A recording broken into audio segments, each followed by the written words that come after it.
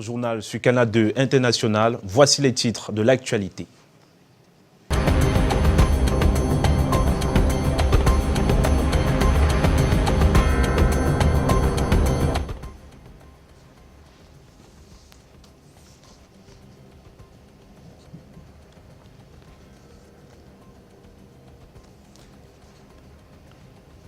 Je dors la nuit, je vois seulement l'eau qui tape le bas de ma tête, poum poum poum poum. Je me lève, vous sortir, même ça veut même m'enterrer, même avec la tête. Frère, Voilà une déclaration pourtant réelle et vécue par la population de Douala depuis le retour abondant des pluies. À Douala 3e, justement, c'est le drame et ça choque depuis que la rivière Kambo a quitté son lit. Les habitants de Yambo 3, dans le village Ngodi Bakoko, sont pris au piège des inondations à répétition. Ce soir, le 20h, vous offre un reportage exclusif de Yasser Trézotanon sur le sujet. L'actualité également, le Cameroun classé parmi les 17 pays les plus infectés par l'hépatite. Environ 10 000 personnes meurent chaque année dans notre pays. C'est donc près de 10% de la population camerounaise touchée par cette pandémie plus dangereuse que le VIH-Sida. Ce soir, le plus de l'info jette un projecteur sur l'hépatite virale, une tueuse silencieuse. Voilà pour le sommaire.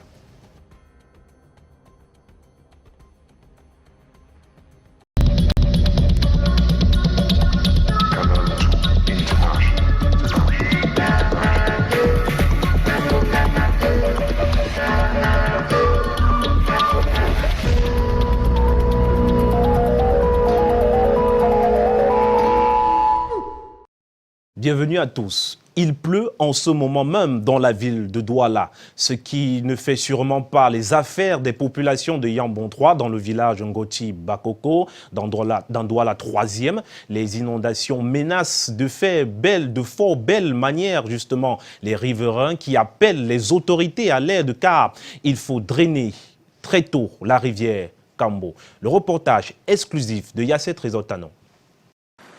Sortie est de la ville de Douala, capitale économique du Cameroun. Les voyageurs subissent le poids des embouteillages, difficile d'avoir une idée de ce qui se passe dans les quartiers riverains. Yambon 3 et ses environs, inondés dans le village de Ngodi Bakoko dans Douala 3e.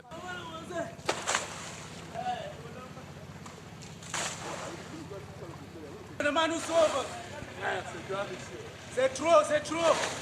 Ça, c'est depuis 4 heures. C'est depuis 4 heures le matin qu'on est en train de travailler, de souffrir comme ça avec l'eau.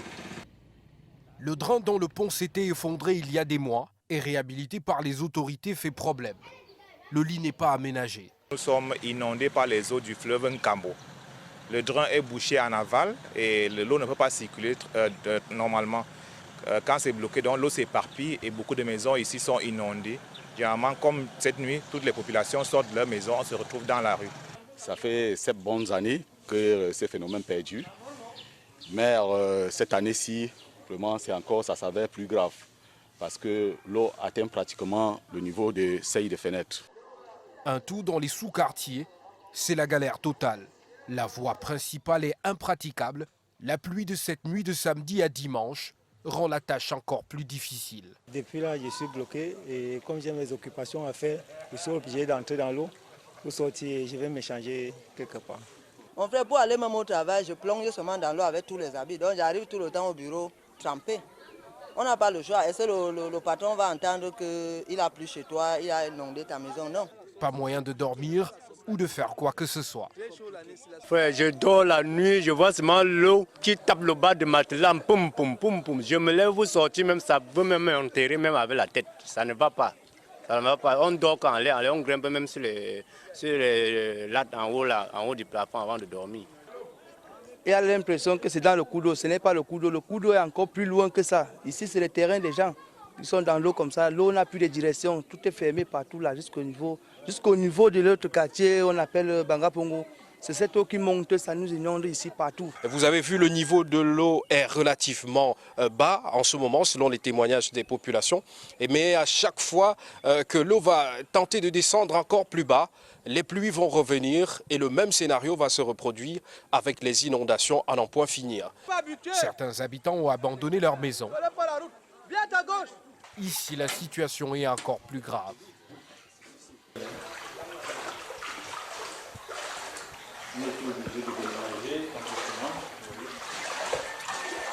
Ça, c'est les infiltrations.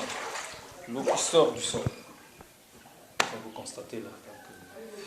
Le centre médical familial du quartier n'est pas épargné. Les patients broient du noir. Pour aller faire rien que les urines, il fallait que tu aies que le courage pour descendre, pour aller au lavabo. Vraiment, le docteur qui est ici, là, il souffre. Drôle d'habillement pour le médecin-chef, toujours dans ses bottes. Les pertes sont énormes. Parfois, ça nous surprend. Parfois, la nuit, bon. Donc, nous avons pas mal de matériel là qui est vraiment endommagé. Juste à côté, le fait est devenu banal dans ce bistrot, dénommé Snack Bar les pieds dans l'eau. Non, en principe, quand nous sommes déjà trempés, qu'est-ce qu'on va faire? Mouiller, c'est mouiller, comme quelqu'un a dit quelque part. Le chef de bloc de Yambon 3 et ses administrés ont déjà tout essayé. On est obligé, n'est-ce pas, désormais, de faire appel aux autorités. Nous allons d'ailleurs saisir les autorités dans les prochaines heures par correspondance afin qu'une solution d'urgence soit trouvée pour que les populations essayent quand même de sortir de cette situation qui les embarrasse. Les pluies vont encore tomber et tant que rien n'est fait, la rentrée scolaire est hypothéquée pour les enfants de cette zone de Yambon 3 dans l'arrondissement de Douala 3e. 4 receveurs municipaux sur les 21 communes que compte la région de la Damawa ont régulièrement déposé leur compte de gestion pour l'année 2018 à la Chambre des comptes, soit un peu plus de 22%, ce qui a suscité rapidement un rappel à l'ordre au thème de la décision de la réunion de coordination des comptables publics de cette circonscription financière. Eringele, reportage. L'inspecteur des services de la direction du Trésor tonce ici les receveurs municipaux sur la reddition des comptes. Sur les 21 communes de la Damawa, moins de 5 ont déposé leur compte de gestion au terme de l'exercice budgétaire 2018. Ils ont pourtant, selon la loi, jusqu'au 31 mai de l'exercice suivant pour se conformer. Que ce soit le comptable public ou alors le contrôleur financier, ces deux ne produisent pas de pièces. Avec les pressions sociopolitiques, le comptable public se retrouve souvent en train de payer certaines dépenses qui ne sont pas encore régulières en attendant les régulariser. Et cette attente peut aller donc au-delà du 31 mai. En 2015, un rapport de la Chambre des comptes épinglait la région de la Damawa sur la reddition des comptes. À l'occasion de la réunion de coordination des comptables publics de cette circonscription financière qui vient de s'achever à Bankim dans le Mayo-Bagno, rappel a été fait aux receveurs municipaux. Quand on gère les finances publiques, on doit rendre compte. Vous pouvez perdre votre poste parce que vous n'avez pas déposé. Le bilan au premier semestre livre quant à lui une augmentation des mouvements de fonds de plus d'un demi-milliard avec une hausse des dépenses payées, entre autres performances qui confèrent la seconde place à la Damawa sur le réseau national de la Direction générale du Trésor. Nous n'avons aucun reste à payer. Nous avons plutôt une trésorerie excédentaire due à la douane de la proximité avec le Nigeria. Avec le second semestre, que le budget d'investissement public qui représente une grosse partie du budget de l'État sera engagé et exécuté. Je demande à tous mes collaborateurs aussi d'être assidus, d'être ponctuels. À noter l'informatisation en cours de toutes les perceptions de la région qui vient de débuter par Bankim, Ngaoundal et Galimtinière. Et on reste en économie avec cette note d'information qui porte sur la planification de la deuxième phase de la vision 2035 au Cameroun. L'État veut justement consulter le secteur privé. Pour cela, demain, lundi, dès 9h à l'hôtel Sawa de Douala, le ministre de l'économie, de la planification et de l'aménagement du territoire, Alamine Ousmane May, rencontre la communauté des affaires. Objectif, obtenir un document exclusif qui prend en compte toutes les diversités et les sensibilités pour une réussite de la deuxième phase de vision qui entre en vigueur dès 2020. Et l'actualité, c'est aussi du côté de Bamenda, du matériel de couchage, des aliments et autres produits remis aux déplacés internes par les sous-préfets des 3 arrondissements de la localité, d'importants dons qui viennent soulager ainsi le quotidien de ces populations déjà meurtries par la crise socio-politique qui dure depuis près de 3 ans au Cameroun. Lille Piedjou et Annie Collins. L'aide humanitaire pour les déplacés internes de la région du Nord-Ouest. Hommes, femmes et enfants bravent la peur pour se rendre dans les 3 arrondissements de la zone pour entrer en possession des dons constitués du matériel de couchage, des aliments et autres produits de première nécessité remis par les sous-préfets. Ce qu'on a ici, c'est pour montrer aux populations que le gouvernement sait qu'ils sont en train de souffrir. Mais on est en train d'essayer à notre niveau que tous les gens qui sont déplacés peuvent avoir quelque chose. Pour nous qui sommes déplacés, nous sentons mal à l'aise, mais maintenant nous sentons chez nous. Ici à Bamenda. Ces derniers saisissent l'occasion pour rappeler à leur population la nécessité de retourner dans leur arrondissement d'origine pour bénéficier de cette aide humanitaire, surtout en cette période de rentrée scolaire. On est là, on tire les fusils partout, on a fui. Je suis quitté avec les enfants, je suis ici à Bamenda. Je me défends, je suis attaquant de tous côtés pour défendre, pour nourrir les enfants qui sont là. Mais je me prépare à la rentrée. Je prie Dieu que l'école rentre ici à Bamenda pour que les enfants partent à l'école. Au total, 100 personnes par arrondissement reçoivent des paquets considérés comme un ouf de soulagement au regard de la crise sociopolitique qui bouleverse les habitudes de ses habitants depuis des années. Ils le sauront davantage si en lieu et place des dons, la paix règne définitivement dans la région du Nord-Ouest.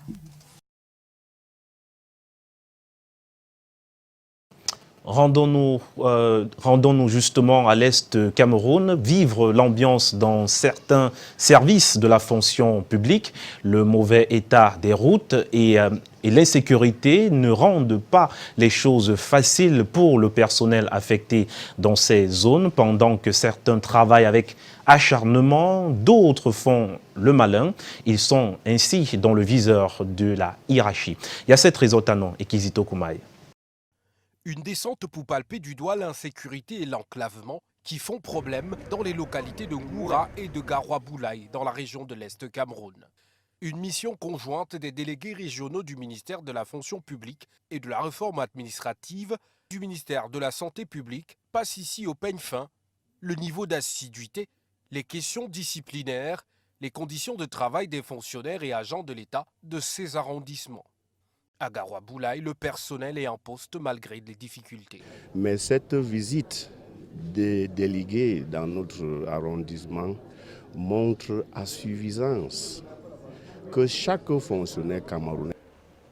Dans l'ensemble des formations sanitaires visitées, le délégué régional de la santé publique de l'Est prescrit l'humanisation des soins de santé, la justice sociale et l'hygiène. Dès que le personnel ignore beaucoup de choses en matière de leur carrière, en matière de ce que l'État fait pour le travailleur, en matière de ce que l'État met en place. Mais également, nous nous sommes rendus compte qu'il y a des problèmes. Au cours de la réunion de synthèse, la nouvelle dynamique de la fonction publique de proximité est évoquée et surtout bien expliquée. Un agent public dans un village, dans une unité administrative, nous irons voir l'état d'esprit de cet agent public. Nous irons voir et nous enquérir de sa présence effective au poste. Nous irons surtout assurer cet agent public de ce qu'il fait partie intégrante de les fonctionnaires et agents publics indélicats doivent bien se tenir selon la hiérarchie. Une fois leur dossier disciplinaire transmis par les voies usuelles de l'administration, ils seront traduits au prochain conseil régional de discipline que présidera le gouverneur de la région de l'Est. Et dans le département du Djaï-Lobo, l'insécurité est toujours présente. Pour le préfet du département, il est urgent de tordre le cou à ce qui menace la tranquillité des populations. David Koulbou Aman a présidé une réunion de sécurité pour d'éventuelles solutions. Michel Meunier, notre stagiaire, et Emmanuel Kueta. La vie dans le département du Djaï-Lobo, situé dans la région du Sud, est loin d'être un havre de paix depuis ces 6 derniers mois. David Koulbou Aman, préfet du Djaï-Lobo, a réuni les 8 sous-préfets de son département, ainsi que les responsables chargés de la sécurité, afin de rechercher les voies et moyens inhérents à la sécurité et au maintien de l'ordre public. Économique, socio-culturel, sécurité, maintien de l'ordre, diplomatique éventuellement, frontalier et transfrontalier. Pour faire les points et regarder every 3 months, we have to make a review of what happened in the division, administratively, in the security domain, in the socio-economic domain. Au bout de 8 heures de ce conclave, des résolutions ont été prises pour les 6 prochains mois, pour mieux renforcer la sécurité dans le département du Djaï-Lobo. Et une note d'actualité dans ce journal portant sur l'affaire Mancho, le réseau des défenseurs des droits humains de l'Afrique centrale, très inquiet sur le sort des 117 personnes interpellées à la prison de Konengi à la suite des mutineries du 22 juillet dernier. Maximilien Gombe, directeur exécutif du REDAC, se dit particulièrement préoccupé par le cas de Mancho BBC, que vous verrez en image, qu'elle dit être à l'article de la mort depuis quelques heures. Si le REDAC dément la lettre annonçant ce décès, l'activiste politique détenu depuis janvier 2017, après les premières manifestations à Bamenda dans le cadre de la crise sociopolitique qui frappe les régions du Nord-Ouest et du Sud, il faut dire que sa directrice exécutive, jointe au téléphone en fin d'après-midi, signale la situation sanitaire de ce leader très préoccupante, autant que celui de Mamadou Mota du MRC et d'autres. Ce réseau de défense des droits de l'homme appelle les autorités à mettre tout en œuvre pour que le respect de leurs droits fondamentaux soit garanti.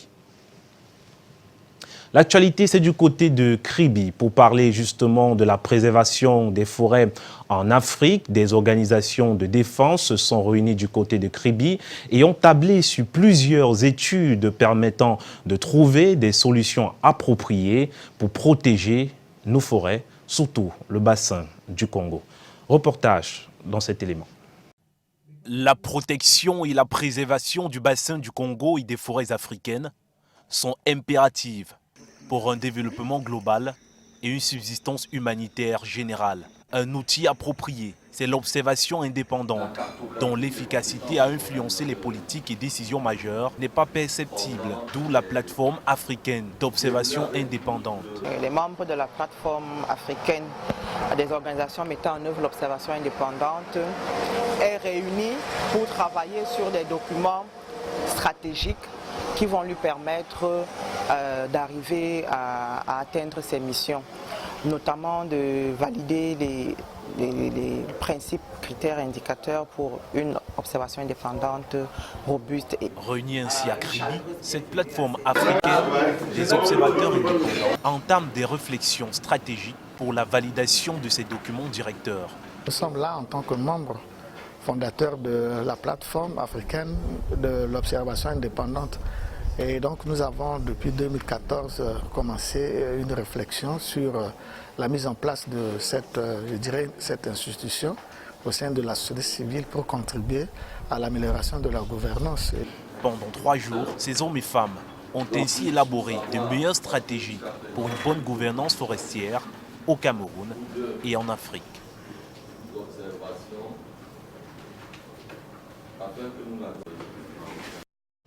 L'université de Tchang garde et consolide son mérite académique avec un peu plus de 61% du taux de réussite.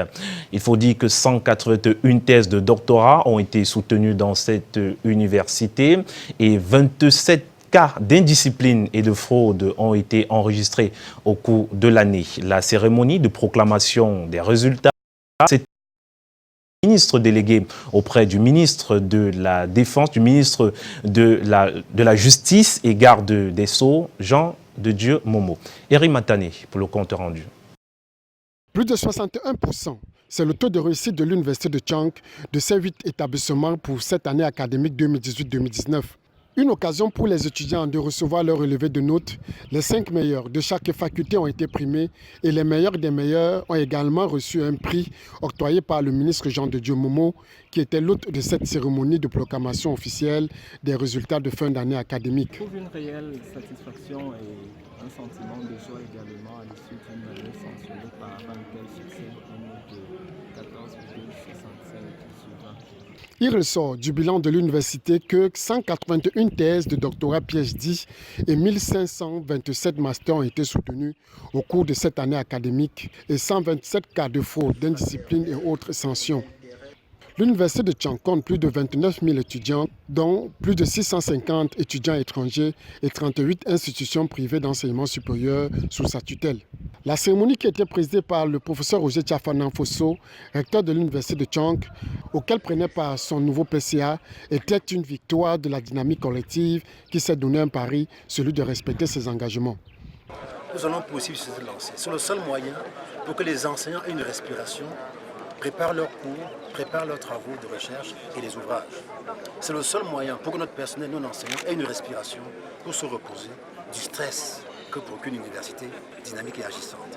C'est le seul moyen pour que nos étudiants puissent partir en vacances, aller aider les parents, faire des stages, se débrouiller eux-mêmes pour faire en sorte que l'année prochaine, le 24 septembre 2019, à 7h30, nous recommencions un nouveau challenge, faire face à l'année académique. La prochaine année académique 2019-2020 est prévue pour le 24 septembre prochain et s'achèvera le 24 juillet 2020. Le Cameroun s'apprête à découvrir encore mieux la culture chinoise. Une troupe de la Chine est attendue le 5 octobre prochain à Yaoundé. C'est ce qui est allé annoncer l'ambassadeur de Chine au Cameroun, au ministre des Arts et de la Culture, Pierre Ismaël Bidou-Kwat. Alain Gislain Kangar et Hubert Nouché. Le Cameroun et la Chine s'organisent pour un spectacle qui mettra en scène une équipe culturelle locale et une autre venant de la ville de Yangzhou. C'est la raison de l'audience de l'ambassadeur de Chine au Cameroun au ministère des Arts et de la Culture le 26 juillet dernier à Yaoundé. Ce sera une opportunité pour une connaissance plus approfondie par la population camerounaise sur la culture chinoise. Chaque partie s'est engagée pour la réussite de cet événement. L'autre événement du jour a eu lieu un peu plus tôt. Le patron de la culture a reçu les Bobo Diof, accompagnés des Doudouanes glacés. Bidou-Kwat a salué leur collaboration dans la dernière réalisation cinématographique de la star du feuilleton Coup de balai, intitulé Amalin, Malin et Demi. C'est un grand merci pour l'accueil chaleureux. Et merci toujours à Edouard. Mon pays de rêve, c'était le Cameroun. À travers Jean-Michel Cancan, surtout les musiciens, petit pays. Et voilà, aujourd'hui, nous sommes en train de travailler avec Edouard non glacé. Non, je suis content d'être là. Je vais juste dire aux Camerounais merci. Merci d'avoir aimé ce que nous faisons. Vous êtes vraiment nos rois, vous êtes nos princes, vous êtes nos... Voilà. Quelques heures après cette visite, les Yaoundéens ont eu droit à la projection de ce film au Palais polyvalent des sports de Yaoundé. On reste en culture. Plus d'une centaine de candidatures retenues pour la 4e édition du concours littéraire national des jeunes auteurs. Les membres du jury nouvellement constitué à Yaoundé auront la lourde responsabilité de détecter les plus belles plumes camerounaises. Alain Gislain Kanga, Hubert Nouché. Des professionnels des belles lettres choisis pour faire valoir leur flair aiguisé pour détecter les belles plumes jeunes. Ce sont les membres du jury de la 4e édition du concours littéraire national des jeunes auteurs dans les genres nouvelles et poésie. Une désignation qui a tenu compte de la qualité et la notoriété des jurés. Vous vous rendez bien compte qu'un jury présidé par le professeur Tabi Manga, qui a tout le vécu aussi bien académique que professionnel qu'on connaît, laisse à croire quand même qu'il y a un certain sérieux et une crédibilité évidente sur ce concours-là. Cette édition, placée sous le thème diversité culturelle et patriotisme au Cameroun, a pour but de favoriser la création littéraire chez les jeunes et à renforcer la production littéraire en quantité et qualité. Au nom des membres de ce grand jury, qui comprend, comme vous le savez, des sous-jurys liés d'une part à l'art romanesque et à la nouvelle, et d'autre part à la poésie, je voudrais exprimer à Monsieur le ministre, au-delà de notre gratitude, notre engagement à travailler dans le sens de détecter les meilleurs talents. Ces membres du jury vont évaluer 125 candidatures, soit 59 dans le genre nouvelle et 66 dans le genre poésie.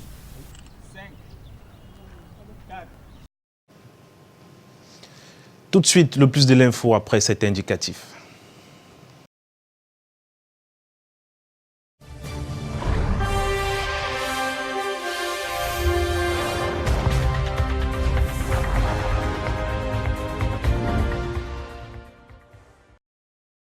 Le 28 juillet est journée mondiale de lutte contre l'hépatite. Le Cameroun est en zone rouge avec près de 10% de la population affectée par cette pandémie, plus dangereuse que le VIH-Sida. Pour cette édition, l'OMS appelle les pays à investir dans l'élimination de l'hépatite. Ce soir, justement, le plus de l'info fait un zoom sur l'hépatite sous toutes ses formes et appelle tout le monde à se faire dépister. Lille Piedjou et Maros Kwesou. Environ 10 000 personnes meurent chaque année d'une hépatite au Cameroun. L'hépatite, c'est une lésion inflammatoire des cellules du foie.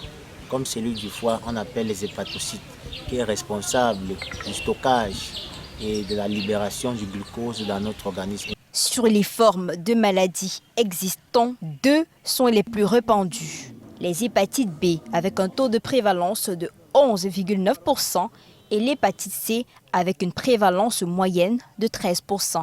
L'hépatite B et l'hépatite C, eux, ils ont 2 volets, ou bien 2 voies de contamination. La première voie est la voie sanguine. Le fait, nous les praticiens, les infirmiers qui touchent du sang avec les mains, si tu as une simple petite blessure au niveau de ta peau, forcément tu vas attraper l'hépatite. Et le plus réputé, c'est par voie sexuelle. Donc le fait d'avoir des rapports avec une personne atteinte de l'hépatite, si nous ne sommes pas protégés, que nous avons une lésion au niveau de notre sexe, forcément nous aurons ce qu'on appelle l'hépatite C et l'hépatite B. Les modes de transmission font froid au dos et surtout interpellent chacun sur la connaissance de cette pandémie qui fait des ravages à travers le monde. Heureusement, quelques-uns en sont conscients. Je l'ai toujours entendu parler de ça comme une mauvaise maladie, comme on a dit dangereuse. Bon, et puis j'ai même déjà eu à voir un proche, un beau pour être plus précis, qui a eu déjà à perdre sa vie à cause de cette maladie. L'hépatite est une maladie dangereuse, c'est un peu dans le même élan comme le VIH-Sida. Plus vite tu es détecté, plus vite tu es soigné, c'est mieux. J'en connais quelqu'un qui a eu l'hépatite et est mort de cirrhose de foie quelques années après. Le Cameroun fait partie des 17 pays les plus touchés par l'hépatite selon l'Organisation mondiale de la santé. Ce classement interpelle les pouvoirs publics à multiplier les stratégies afin d'éliminer cette affection. L'une de ces stratégies, justement, ce sont des campagnes de dépistage gratuits organisées dans les formations sanitaires au Cameroun. Ici, par exemple, à l'hôpital général de Douala, ces hommes et femmes sont curieux de connaître leur statut. Mais avant, il faut franchir quelques étapes. Il y a un enregistrement d'abord, vous prenez le numéro, on appelle par numéro pour maintenir l'ordre. Et quand on appelle le numéro, on prend l'identification.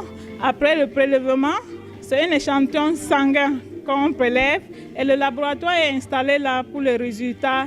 Au bout de 30 minutes seulement, le résultat est connu. Les échantillons sont bien prélevés dans les tubes appropriés. Les réactifs sont très fiables. Nous donnons les résultats après 30 minutes. Nous avons déjà 116 résultats, parmi lesquels une quinzaine de positifs.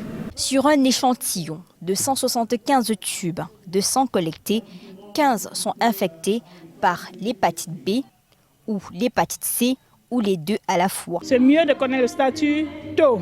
Connaître son statut est primordial car cette pathologie est asymptomatique et le traitement difficile. Jusqu'à présent, les recherches sont en cours, mais nous ne pouvons pas dire que nous pouvons soigner l'hépatite, mais nous pouvons faire ce qu'on appelle atténuer ce virus. Ça veut dire que quoi? Faire en sorte que le patient ne fait pas la maladie. Pour dire il n'est pas certains signes cliniques, en gros.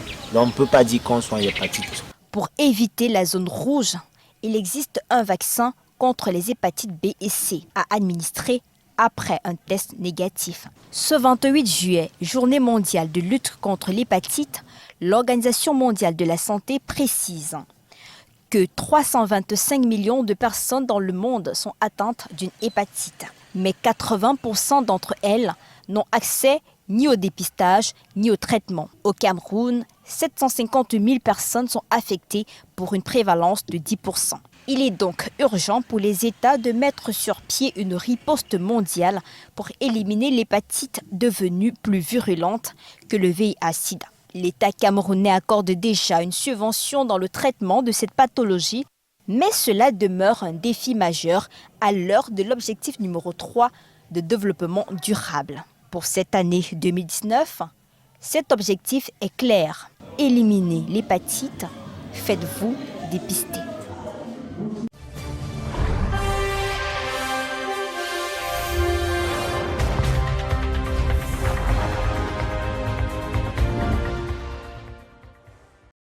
Alors, l'île Piédjou, j'irai me faire dépister demain lundi, quand il sera 8 h justement.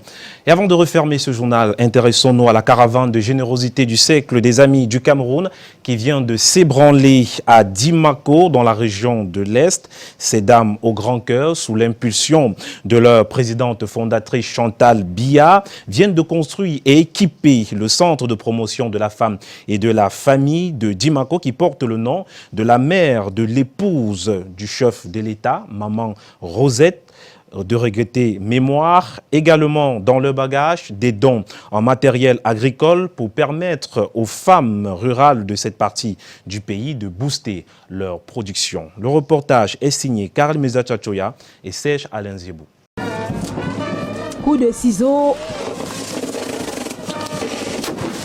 et le centre de promotion de la femme et de la famille, maman Rosette de Dimako, dans la région de l'Est, est désormais ouvert. Une belle bâtisse, entièrement construite et équipée par le Cercle des Amis du Cameroun.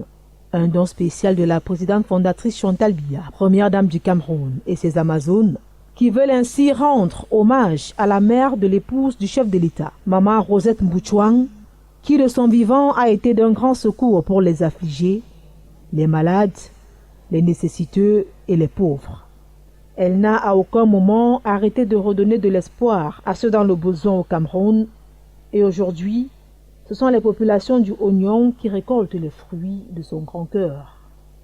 Que du bonheur pour les bénéficiaires, bonheur encore plus grand pour les femmes rurales qui reçoivent en plus des dons en matériel agricole pour booster leur production.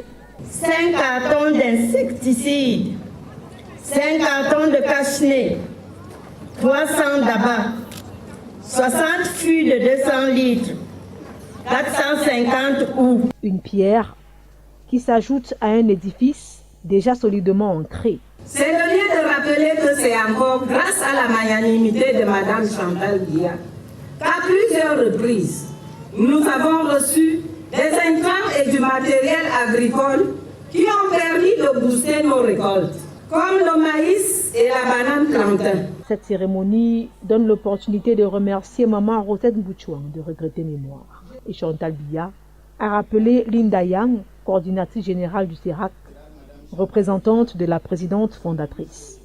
C'est ce cadeau qu'elle a demandé au CERAC que j'ai l'insigne et le privilège de conduire, de venir offrir à ses frères et sœurs et parents. C'est la preuve qu'elle a à cœur de toujours contribuer à l'amélioration des conditions de vie des populations ici à Dimako, dans la région de l'Est, comme partout ailleurs au Cameroun. Étaient également présents des autorités, des partenaires stratégiques qui soutiennent les œuvres caritatives du CERAC et les invités spéciaux venus d'horizons divers. Occasion pour les Amazones du CERAC de communier avec les populations au rythme du terroir.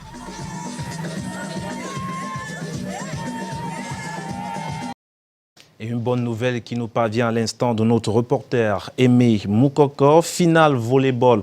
Monsieur, le Cameroun vient de remporter le premier set de la finale du championnat d'Afrique. Monsieur contre la Tunisie, pays hôte. Bonne chance aux Lions du filet. 25-23, c'est le score final de cette rencontre entre le Cameroun et la Tunisie. Mesdames et messieurs, merci à tous de nous avoir suivis. Prenons rendez-vous vendredi quand il sera 19h50. Dès lundi, retrouvez au 19h50 Yasser Trésor Tanon. Au revoir.